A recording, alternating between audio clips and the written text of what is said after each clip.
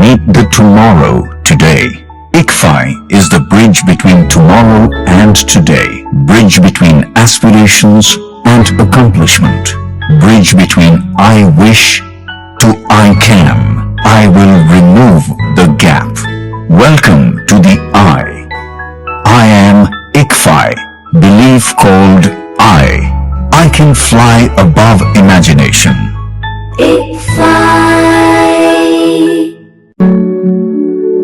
ప్రతి కళ ఇంటి నుండే మొదలు. ప్రతి ప్రయాణం వెనుక తల్లిదండ్రుల నిశ్శబ్ద త్యాగాలు. ఇది గమ్యం కాదు, ఇది మార్గం. ఇవాళ తెలివి ఒక్కటే చాలదు, క్రమశిక్షణ ఉంటే కాని విజయం దక్కదు. ప్రతి అడుగు క్రమశిక్షణతో, ప్రతి విజయం విద్యతో. మన VVIT university, absolute discipline, absolute education.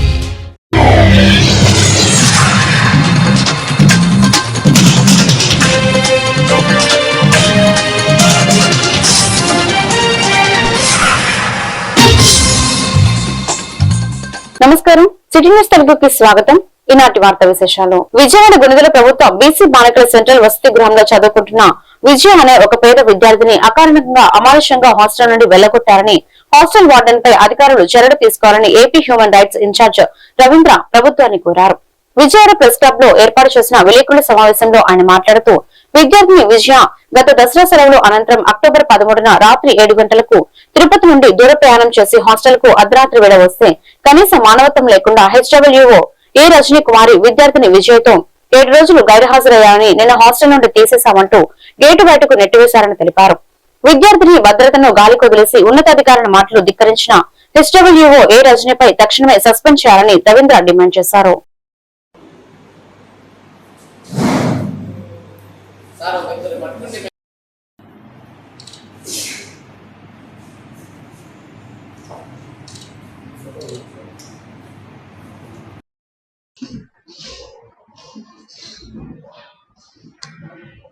ఒక పేద విద్యార్థినికి జరిగినటువంటి సంఘటన గురించి ఈరోజు ఈ పత్రికా విలేకరుల సమావేశం ఏర్పాటు చేయడం జరిగింది. ఇది సెప్టెంబర్ నెల 2025 సంవత్సరంలో జరిగిన సంఘటన. వసతి గృహ వార్డెన్ ఏ రజనీ గారు విద్యార్థి పట్ల దురుసు ప్రవర్తన, తల్లిదండ్రుల యొక్క అనుమతి, వాళ్ళకి సమాచారం మేము అందించకుండా సుమారు 7 గంటల సమయం ప్రాంతంలో హాస్టల్కి వెళ్ళినటువంటి విద్యార్థినిని నిర్దాక్షిణ్యంగా నీ పేరు తొలగించేశాము, నువ్వు హాస్టల్కి రావాల్సిన అవసరం లేదు అని అమ్మాయిని పంపించేసింది. ఈ విషయమై ఆ విద్యార్థిని తండ్రి ఆమెను వివరణ కోరాడు. మీకైతే చెప్పాల్సిన అవసరం లేదు, మేము చేసుకుంటున్నాము, అది మా రూలు అని ఆమె దురుసుగా మాట్లాడడం జరిగింది. అనంతరం ఈ విషయం వెనకలు ఏముంది అని ఆరా తీయగా ఫుడ్ కమిషన్ వారు హాస్టల్కి ఇన్స్పెక్షన్కి వచ్చినప్పుడు మీకున్నటువంటి సమస్యలు ఏమైనా ఉంటే మాకు తెలియపరచండి, మీకు అవసరమైతే మా ఫోన్ నెంబర్ తీసుకోండి అని ఆ ఫుడ్ ఇన్స్పెక్షన్కి వచ్చినటువంటి అధికారిని విద్యార్థులకు తెలియజేయడంతో చివరగా ఉన్న ఈ అవమానానికి గురైన విద్యార్థి ఆ నెంబర్ నోట్ చేసుకుని నా పేరు ఎం రవీంద్ర, నేషనల్ హ్యూమన్ రైట్ కౌన్సిల్లో ఏపీ ఇన్ఛార్జ్ గా విధులు నిర్వహిస్తున్నాను. మాకు వచ్చిన కంప్లైంట్ బట్టి విజయవాడ గుణదల సెంట్రల్ హాస్టల్లో విజయ అనే విద్యార్థిని ఫుడ్ చెకింగ్ కి ఫుడ్ ఆఫీసర్లు వస్తే ఆ హాస్టల్లో జరిగే విషయాల గురించి ఫుడ్ కమిషన్ వాళ్ళకి చిన్న మెసేజ్ పెట్టింది, మేము వార్డెన్ ముందు చెప్పలేం కదా, మీరు అలా అడుగుతున్నారు అని. అప్పటి నుంచి వార్డెన్ విద్యార్థిని ఎలాగైనా కక్ష కట్టి హాస్టల్ నుంచి పంపించి వేయాలి అని పన్నాగం పన్ని అప్పటి నుంచి వేధించి పండుగకు ఇంటికి వెళ్ళి వారం రోజులు లేటుగా వచ్చిందన్న సాకుతో తల్లిదండ్రులు గాని పై అధికారులు గాని ఎవ్వరికి ఇంటిమేషన్ ఇవ్వకుండా రాత్రి 7 గంటలకు వచ్చిన విద్యార్థిని నిర్దాక్షిణ్యంగా పంపించి వేసింది. దీనిపై పాప తండ్రి పోరాటం చేస్తూనే ఉన్నాడు, కానీ పై అధికారులందరూ ఆమెకే సపోర్టు ఉన్నారు. కానీ ఇది చట్టరీత్యా నేరము. ఇలాంటి వార్డన్ను విధుల నుంచి ఖచ్చితంగా తొలగించాలి. ఎంతో మంది విద్యార్థినుల భవిష్యత్తు బీసీ వెల్ఫేర్ ఆర్గనైజేషన్ సంస్థలు. కూటమి ప్రభుత్వం అమలు చేస్తున్న ఎన్టీఆర్ భరోసా పెన్షన్ పథకం పేద బడుగు బలహీన వర్గాల కుటుంబాలకు నిజమైన ఆర్థిక భరోసాగా నిలుస్తుందని జగ్గైపేట శాసనసభ్యులు తెలుగుదేశం పార్టీ పోలిట్ బ్యూరో సభ్యులు శ్రీరామ్ రాజగోపాల్ తాతయ్య అన్నారు. జగ్గైపేట పట్టణంలో బుధవారం నిర్వహించిన ఎన్టీఆర్ భరోసా పెన్షన్ల పంపిణీ కార్యక్రమంలో ఆయన పాల్గొన్నారు. ఈ సందర్భంగా అధికారులు టీడీపీ, బీజేపీ, జనసేన నాయకులతో కలిసి లబ్ధిదారుల ఇంటింటికి వెళ్లి ప్రభుత్వం మంజూరు చేసిన పెన్షన్ మొత్తాన్ని స్వయంగా వారి చేతికి అందజేశారు. ప్రభుత్వం అమలు చేస్తున్న సంక్షేమ కార్యక్రమాలు ప్రజలకు మరింత చేరువయ్యేలా అధికారులు కృషి చేయాలని సూచించారు.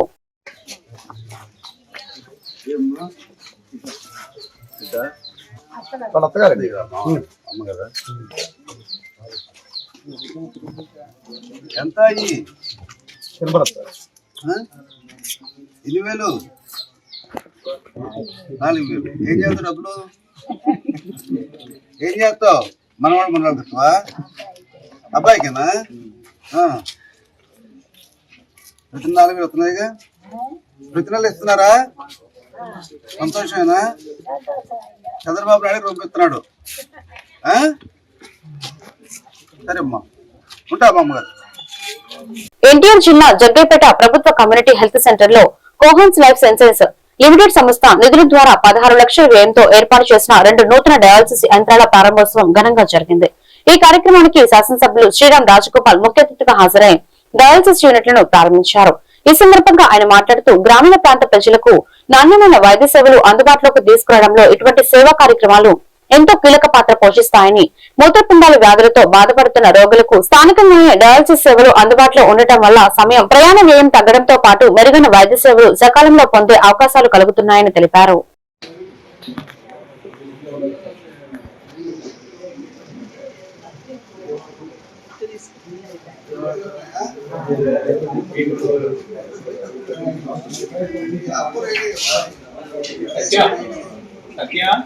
ఇది కూడా ఏమైనా అవసరమైతే ప్రభుత్వం ఇన్నే పెడతాం. ప్రభుత్వం ద్వారా వచ్చే కాకుండా ఇంకేమైనా అవసరమైతే మీకు సహకరించి తప్పకుండా పేషెంట్ ఎక్కడ నిరుపేద పేషెంట్ బయట మెడిసిన్స్ కొనకుండా మనం ఇచ్చే విధంగా అది కూడా ఇండియన్ పెడతాం. అది 3 months 6 months ఎలా వస్తుంది డాక్టర్ గారు?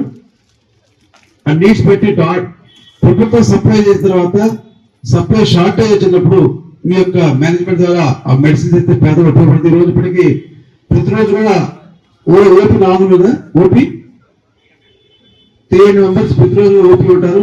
ఇన్పేషెంట్ తక్కువ, ఇన్పేషెంట్ కూడా పెరగడం కోసం మేము కూడా ఫెసిలిటీస్ ఏర్పాటు చేసుకుంటాము. ఫిజియోథెరపీ సెంటర్ ఏర్పాటు చేస్తా ఉన్నాం. మరి ఇవన్నీ కూడా ఇంకా మీరు సహకరించి మా ప్రభుత్వ హాస్పిటల్ కిందాక మా డాక్టర్ హరీష్ చెప్పినట్టు ఏమైనా దత్తత తీసుకునే అవకాశం ఉంటే, అంటే దాన్ని నాట్ కంపల్సరీ, నేను అవకాశం ఉంటే గవర్నమెంట్ హాస్పిటల్ ప్రత్యేక శ్రద్ధగా పెట్టి మా ప్రాంతానికి, మా ప్రాంత ప్రజలకి సహాయం చేయాలని కోరుతూ మరొకసారి క్వాలిటీ మేనేజ్మెంట్ మరి హృదయపూర్వకంగా ధన్యవాదాలు సలహాసుకోండి. ఎన్టీఆర్ జిల్లా నందిగామ వైఎస్ఆర్ కాంగ్రెస్ పార్టీ కార్యాలయంలో ఘనంగా నేషనల్ డాక్టర్స్ డే నిర్వహించారు. ఈ సందర్భంగా పట్టణంలోని ప్రముఖ వైద్యులు కొంకిమల్ల లీలాకృష్ణ, షేక్ హసీనా బేగంలను మాజీ శాసనసభ్యులు డాక్టర్ మొండితోక జగన్మోహన్ రావు పార్టీ నాయకులతో కలిసి ఘనంగా సత్కరించారు. అనంతరం వైఎస్ఆర్ కాంగ్రెస్ పార్టీ నాయకులు, న్యాయవాదులు, కార్యకర్తలు పలువురు స్వతహాగా డాక్టర్ అయిన మొండితోక జగన్మోహన్ రావుని ఘనంగా సన్మానించారు. ఈ సందర్భంగా ఆయన మాట్లాడుతూ భారతదేశంలో 1991 నుండి డాక్టర్స్ డేను అధికారికంగా జరుపుకుంటున్నారని, భారతదేశపు ప్రముఖ వైద్యుడు, స్వాతంత్ర సమరయోధుడు మరియు పశ్చిమ బెంగాల్ మాజీ ముఖ్యమంత్రి అయిన డాక్టర్ బిధాన్ చంద్ర రాయ్ జయంతిని వైద్య రంగంలో ఆయన చేసిన సేవలకు గాను మనం జాతీయ వైద్యుల దినోత్సవంగా జరుపుకుంటున్నామని ఆయన తెలిపారు.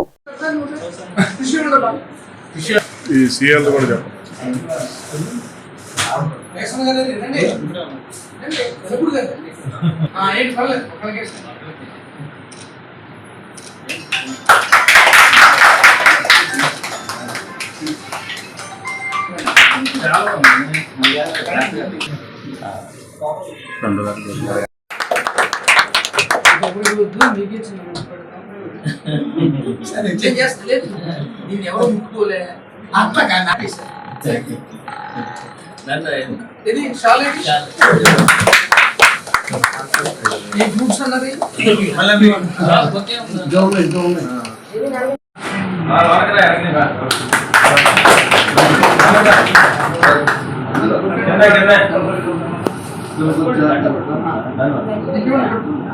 కిరణ్ అడ్లే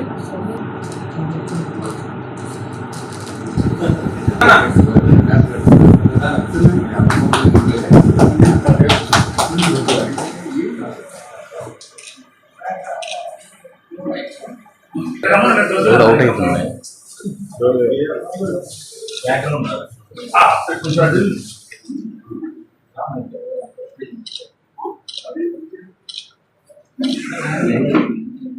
ఎన్నికల విధుల్లో పాల్గొంటున్న అధికారులు సిబ్బంది అందరూ సమన్వయంతో పనిచేస్తూ ఒకరినొకరు సహకరించుకుంటూ ఎదురయ్యే సమస్యలను పరస్పరం పంచుకుని పరిష్కరించుకుంటే స్పెషల్ ఇంటెన్సివ్ రివిజన్ ప్రక్రియను మరింత వేగవంతంగా పూర్తి చేయవచ్చని విజయవాడ నగరపాలక సంస్థ commissioner central ERO deputy DEO Dhyanachandra తెలిపారు.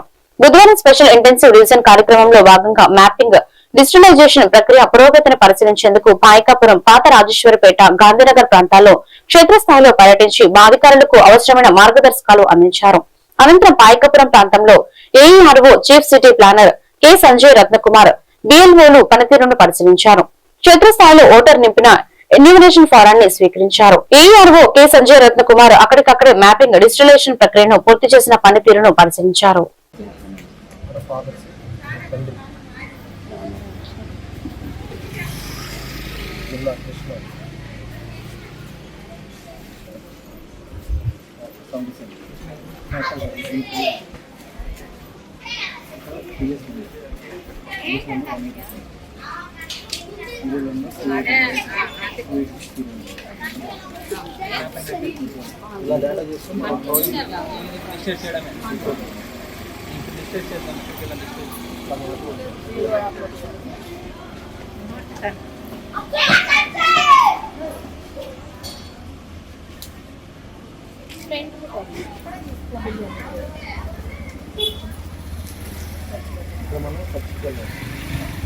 ప్రొసీజింగ్ అంటే వాళ్ళ రేటు కాబట్టి ప్రొసీజింగ్ ఆఫ్ 2012 రౌండ్ సెలెక్ట్ చేయాలి.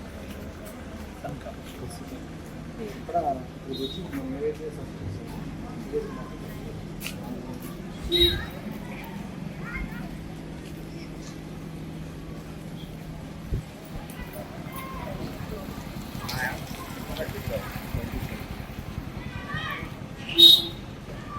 ఆంధ్రప్రదేశ్ రాజ్యాధికార పార్టీ అధ్యక్షులు విజిఆర్ నారగోని 70వ పుట్టినరోజు వేడుకలు బీసీ సంఘం ఆధ్వర్యంలో ఘనంగా జరిగాయి. వివిధ బీసీ సంఘాల నాయకులు, అభిమానులు, కార్యకర్తల మధ్య విజిఆర్ నారగోని కేక్ కట్ చేసి సంబరాలు పంచుకున్నారు.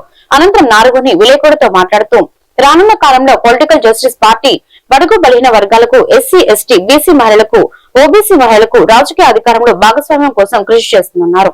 రాబోయే 2029 ఎన్నికలు ప్రజాస్వామ్య రక్షణ ఉద్యమమే, సామాజిక రాజకీయ న్యాయం స్థాపించడం కోసమే ఉద్యమం. ఈ జెండాతోటే మొత్తం ఏమిటంటే ఒక యాత్ర కార్యక్రమాలను నిర్వహిస్తామని స్పష్టం చేశారు. నాయకత్వం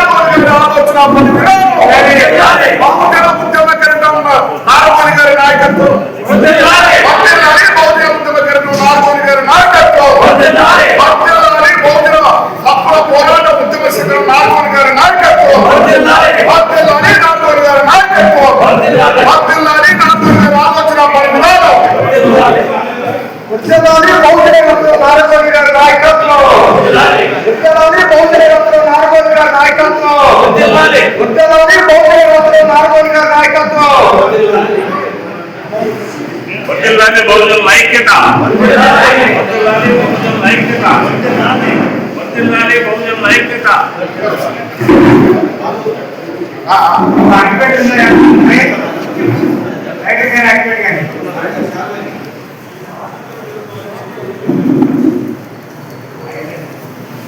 కురువకుర్మ సంఘ చైతన్య సభకు కులస్తులు తరలి రావాలని సౌత్ ఇండియా కురువకుర్మ కురువాన్ గాంగర్ సంఘం పిలుపునిచ్చింది. విజయవాడ స్థానిక ప్రెస్ క్లబ్ మీడియా సమావేశంలో జూలై 12వ తేదీన తిరుపతిలో ఎంజీఎం గార్డెన్స్ నందు సౌత్ ఇండియా కురువాన్ అండ్ దాంగర్ సంఘం ఆధ్వర్యంలో చైతన్య సభ నిర్వహిస్తున్నామని కురువకుర్మ సంఘం ప్రకటించింది.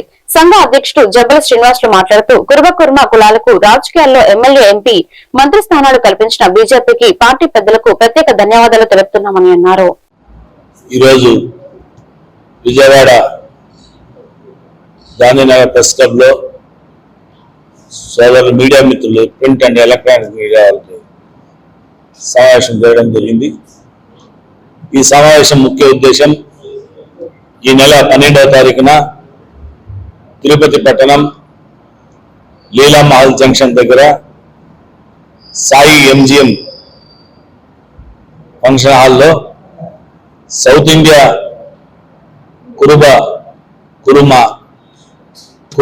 కురువన్ అండ్ దంగర్ అంటే ఇన్ని రకాల పేర్లు ఏమున్నాయని అనొచ్చు, కానీ ఇదంతా ఒకే సంతతి. సౌత్ ఇండియాలో 2 కోట్ల పైన మా జనాభా ఉన్నారు. భారతదేశంలో కాశ్మీర్ నుంచి కన్యాకుమారి వరకు 10 కోట్ల పైన మా జనాభా ఉన్నారు. కాశ్మీర్లో గడి అంటారు, ఢిల్లీలో పాల్ సింగ్ అంటారు, రాజస్థాన్లో దేవాసి అంటారు, మధ్యప్రదేశ్లో గడారి అంటారు, అదేవిధంగా గుజరాత్లో రాయకా రబారి అంటారు, మహారాష్ట్రలో దంగర్ అంటారు, గోవాలో కానీ దంగర్ ప్లస్ కురుబ అంటారు, ఆంధ్రప్రదేశ్లో కురువ అంటారు, తెలంగాణలో కురుమ అంటారు, తమిళనాడులో కురువన్ అంటారు, కేరళలో కురువన్. తెలంగాణలో 30 లక్షల మంది పైన ఉన్న మా వాళ్ళకి బీఆర్ఎస్ ప్రభుత్వం అన్యాయం చేసింది.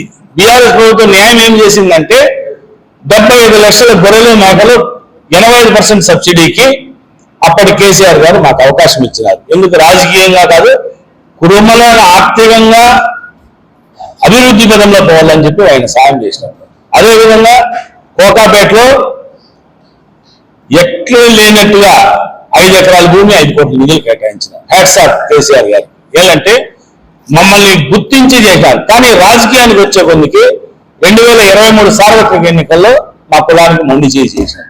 ఇది బాధాకరం. దానికి ఏమంటే మీ కులానికి ఒక ఎమ్మెల్సీ ఇచ్చినామన్నారు. అది చాలా చాలా దురదృష్టం. 2023 ఎన్నికల్లో కాంగ్రెస్ పార్టీ 2 సీట్లు కేటాయిస్తే ఒకటి గద్వాల సరితా గారికి ఇచ్చినారు, రెండోది ఆలేరులో బీర్ల ఐలయ్య గారికి ఇచ్చినారు. సరితమ్మ 5,000 స్వల్ప ఓట్లతో ఓడిపోయింది. బీర్ల ఐలయ్య గారు 40,000 ఓట్లతో గెలుపొందినారు. అప్పుడు కర్ణాటక పోయి మా సామాజిక వర్గం పెద్దలంతా కూర్చొని ఎట్లా తిరిగి మాకు మంత్రివర్గంలో అక్కడ అవకాశం కల్పించండి. మీ ఇంటి బిడ్డగా అందుబాటులో ఉంటూ కష్టాల్లో సహాయంగా ఉంటారని గుడివాడ ఎమ్మెల్యే వెనిగల్లి రాము అన్నారు. పట్టణంలోని 6వ వార్డు ఎన్టీఆర్ కాలనీలో ఎన్టీఆర్ భరోసా పెన్షన్ల పంపిణీ ఏర్పాటు చేశారు. ఎమ్మెల్యే లబ్ధిదారుల ఇళ్లకు స్వయంగా వెళ్లి ఆత్మీయంగా పలకరిస్తూ పెన్షన్ నగదును అందజేశారు. పర్యటనలో పలువురు తమ సమస్యలను ఎమ్మెల్యే దృష్టికి తీసుకురాగా పరిష్కరిస్తామన్నారు. ఈ సందర్భంగా ఎమ్మెల్యే రాము మాట్లాడుతూ ఎన్టీఆర్ భరోసా పెన్షన్ అంటే పేదలకు నెలవారీ భరోసా అన్నారు. ఇచ్చిన మాట ప్రకారం 4,000 పెన్షన్ ను అందిస్తున్నామని, ప్రతి పైసా అవినీతి లేకుండా లబ్ధిదారుడి చేతికి చేరడమే ప్రభుత్వ లక్ష్యమన్నారు. ఈ కార్యక్రమంలో municipal commissioner Simhadri Manohar, municipal అధికారులు, సచివాలయ సిబ్బంది పాల్గొన్నారు.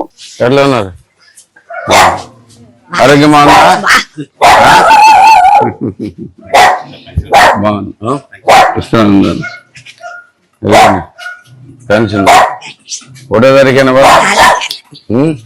1వ తారీఖు 14 వస్తున్నాయా? 1 గల సరే, గుర్తుపెట్టుకోండి. Thank you.